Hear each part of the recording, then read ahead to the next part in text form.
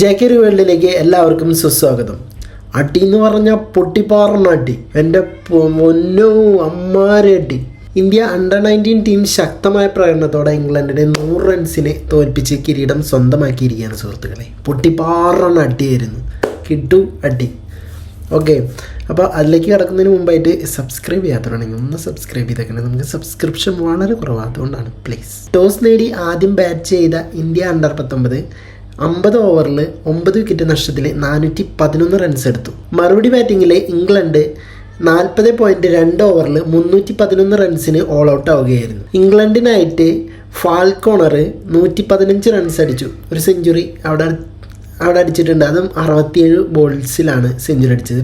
പിന്നെ Ben Dawkins 66 റൺസും Ben mice 45 റൺസും എടുത്തിട്ടുണ്ടായിരുന്നു. എന്നാൽ ഇന്ത്യയുടെ ബോളിംഗ് അറ്റാക്ക് തുടക്കത്തിൽ തന്നെ ഇംഗ്ലണ്ടിനെ സമ്മർദ്ദത്തിലാക്കിയിരുന്നു. തുടർച്ചയായിട്ട് വിക്കറ്റുകൾ വീഴ്ത്തിയിട്ട് ഇന്ത്യ വിജയമുറപ്പിച്ചു. ഭാവിയിലെ ഇന്ത്യൻ ക്രിക്കറ്റിന് വലിയ പ്രതീക്ഷകൾ നൽകുന്ന ഒരു തകർപ്പൻ വിജയമായിരുന്നു. ഇന്ത്യയുടെ പുത്തൻ താരോദയം വൈഭവ് സൂര്യവംശി നേടിയ 175 റൺസ്. അതാണ് ഇന്ത്യക്ക് അനായാസ വിജയം സ്വന്തമാക്കിയത്. വൈഭവ് നിന്നിരുന്ന സമയത്ത് 475 അല്ലെങ്കിൽ 500 ഒക്കെ റിയലിസ്റ്റിക് ആയുള്ള ഒരു ടോട്ടലായിരുന്നു ആ സമയത്ത്. എന്നാൽ വൈഭവ് ഔട്ടായി പോയപ്പോൾ കളി നല്ലപോലെ സ്ലോ ആയി. പിന്നെയുള്ള 15 ഓവറിൽ റൺ റേറ്റ് 6, പിന്നെ 6.50 ആ ഒരു റൺ റേറ്റിലാണ് കളി മുന്നോട്ട് നീങ്ങിയത്. ഇടയ്ക്ക് 375 കടക്കില്ല എന്ന് തോന്നിച്ച അവസ്ഥയും വന്നിരുന്നു. അവസാന കനിഷ്കിൻ്റെ ഒരു വെടിക്കെട്ടോട് കൂടിയിട്ട് ഇന്ത്യ 410 ക്രോസ് ചെയ്തു. അങ്ങനെ ഇംഗ്ലണ്ടിന് ജയിക്കാൻ 412 റൺസ് എന്ന കൂറ്റൻ ടാർഗറ്റ് ഇംഗ്ലണ്ടിൻ്റെ മുന്നിലേക്ക് വെച്ചു കൊടുക്കുകയായിരുന്നു. എത്ര ഫ്ലാറ്റ് പിച്ചിലാണെങ്കിൽ പോലും ചരിത്രത്തിലെ വിരലിൽ എണ്ണാവുന്ന കളികളിലും കുറവാണ് 400 ചേസ് ചെയ്യുക എന്നുള്ളത്. 400+ ചേസ് ചെയ്ത് ജയിച്ചിട്ടുള്ളത്. അതുകൊണ്ട് 80% കളി ഇന്ത്യയുടെ കയ്യിൽ തന്നെയായിരുന്നു തുടക്കം മുതലേ. ഒരു ഡീസൻ്റ് അല്ലെങ്കിൽ എബവ് ആവറേജ് ബോളിംഗ് പെർഫോമൻസ് വന്നാൽ പോലും ഈ കളി സേഫായിരുന്നു. ഇനി സൂര്യവംശിയിലോട്ട് വരാം നമുക്ക്.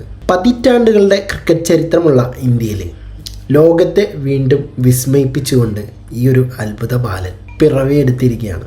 വെറും 14 വയസ്സ് മാത്രം പ്രായമുള്ള ഈ ബാലൻ രാജ്യത്തിനായിട്ട് ക്രിക്കറ്റ് മൈതാനങ്ങളിൽ ഒരു നിയോഗം പോലെ തൻ്റെ പോരാട്ടം തുടരുകയാണ്. അതായത് ഒരു പേടിയില്ലാത്ത ബാറ്റിംഗ് ശൈലി, അതും എക്സ്പീരിയൻസ് ആയിട്ടുള്ള ബോളർമാരുടെ പേരിനോ പ്രശസ്തിക്കോ മുന്നിൽ പതറാതെ അതിശയിപ്പിക്കുന്ന ആത്മവിശ്വാസത്തോടെയാണ് വൈഭവ് ബാറ്റ് വീശുന്നത്.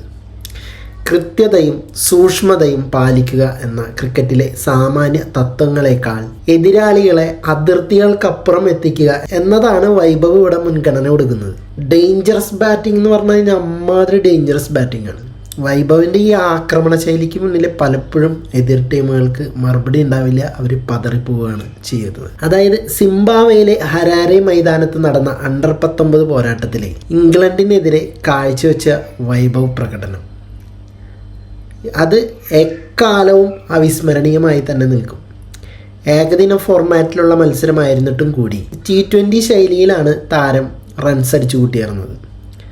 വെറും 80 പന്തുകളിൽ നിന്ന് 175 റൺസ് നേടിയ വൈഭവ് അണ്ടർ-19 ക്രിക്കറ്റിലെ ഏറ്റവും ഉയർന്ന 3ാമത്തെ വ്യക്തിഗത സ്കോർ എന്ന റെക്കോർഡും സ്വന്തമാക്കി.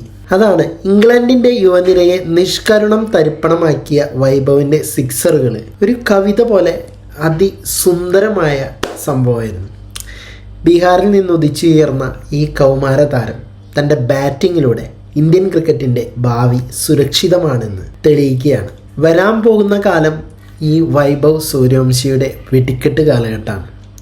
ഇരട്ട ശതകം എന്ന നേട്ടം തലനാരിഴയ്ക്ക് നഷ്ടമായെങ്കിലും വരും കാലങ്ങളിൽ ക്രിക്കറ്റ് ലോകത്തെ വലിയ സിംഹാസനങ്ങൾ വൈഭവ് കീഴടക്കുമെന്ന കാര്യത്തിൽ ഒരു സംശയവുമില്ല.